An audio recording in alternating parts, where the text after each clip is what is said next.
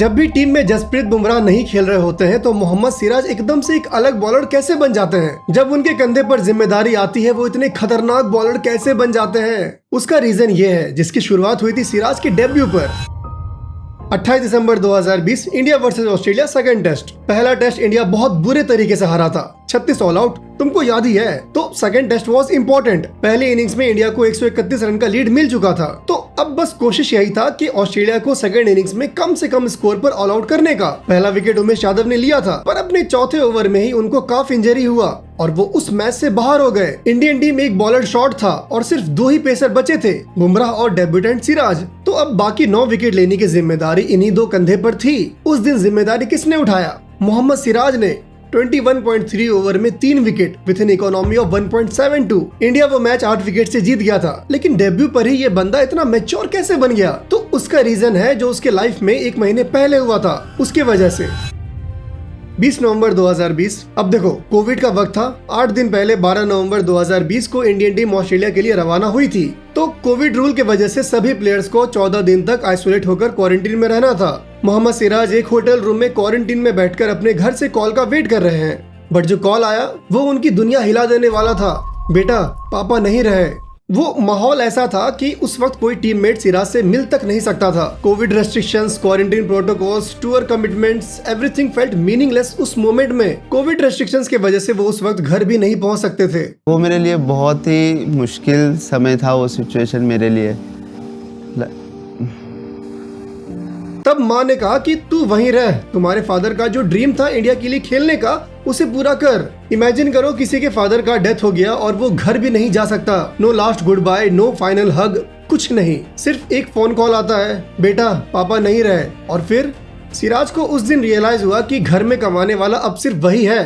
पूरे फैमिली की जिम्मेदारी अब उनके कंधों पर आ चुकी थी। जैसे कल तक जिसकी उंगली थामे चलता था, आज उसी की याद में खुद से बड़ा हो गया। और यहाँ से मोहम्मद सिराज की स्टोरी शुरू होती है, क्योंकि जब फील्ड में बुमराह नहीं होते और जिस तरह सिराज टीम को कैरी करते हैं, वो वैसा ही होता है कि टीम की जिम्मेदारी को अब मुझे ही उठाना है। और भले ही तुम कितने ही स्टैट्स देखो और बोलो कि जहाँ बाकी पेस बॉलर्स का एवरेज 28.29 है, वहाँ सिराज का एवरेज तो 30.88 है। पर कुछ चीजें नंबर्स से डिफाइन नहीं होती। तो डेब्यू के बाद जब सिराज अपना तीसरा मैच खेल रहे थे 2021 गावा टेस्ट में, तभी माहौल ऐसा बन गया था कि सिराज को सीरीज के सबसे इम्पोर्टेंट मैच में इंडियन टीम के बॉलिंग अटैक को लीड करना था। तीसरा ही मैच खेल रहे सिराज अब बॉलिंग अटैक के सबसे एक्सपीरियंस्ड बॉलर थे। गावा जो कि ऑस्ट्रेलिया का फोर्ट्रेस था, 32 साल से वहाँ कोई विजिटिंग टीम नहीं जीती थी। डे 4 पर ऑस्ट्रेलिया बैटिंग करके लीड को बड़ा कर रहे थे। इंडिया को डेस्परेटली विकेट चाहिए थे और फिर Siraj happened. 5 wicket haul, career best figures. Labuschagne, Steve Smith, Matthew Wade, एक के बाद एक विकेट्स गिरते गए। तो दोस्त, ये सिर्फ स्टैट्स नहीं है, ये था एक स्टेटमेंट।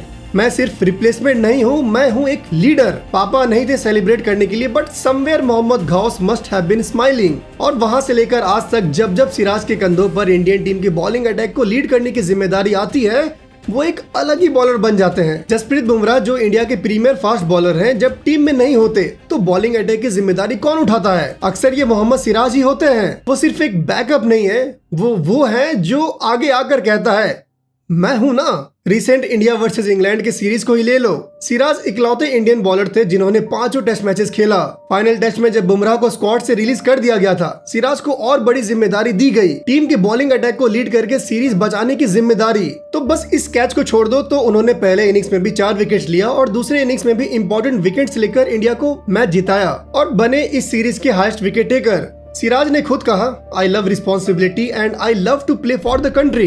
ये सिर्फ इंडिविजुअल परफॉर्मेंस के बारे में नहीं है, बल्कि टीम के बॉलिंग प्लान्स के लिए उनकी स्ट्रेटेजिक वैल्यू के बारे में है। जैसा उन्होंने कहा था, Yuvraj Singh and David Warner, he is a star cricketer from Australia. So, what kind of suggestions you want to take from senior cricketers? मैं उनसे कुछ अच्छा सीखूंगा, तो मैं भी अपने कुछ जूनियर्स आएंगे तो उसे बताऊंगा और कि मैं ऐसा। और वैसा ही वो आज अपने जूनियर्स को गाइड करते हैं। जब बुमराह को रेस्ट दिया जाता है या वो इंजर्ड होते हैं, सिराज सिर्फ उनकी जगह नहीं लेते, वो इफेक्टिवली प्राइमरी अटैकिंग ऑप्शन और लीडर बन जाते हैं। इंग्लैंड के खिलाफ सीरीज में डे 4 के एंड तक उनका ये स्टैट्स था। सिराज ने कपिल देव और वीनू माकड़ जैसे लेजेंड्स के साथ अपना नाम बनाया है। 3 अलग अलग ओवरसीज सीरीज में 5 टेस्ट मैचेस में फीचर करके और हर बार 10 या उससे ज्यादा विकेट्स लेके। कुछ लोग बोलेंगे कि इसमें क्या बड़ी बात है, एक बॉलर का यही काम है, मैचेस खेलना।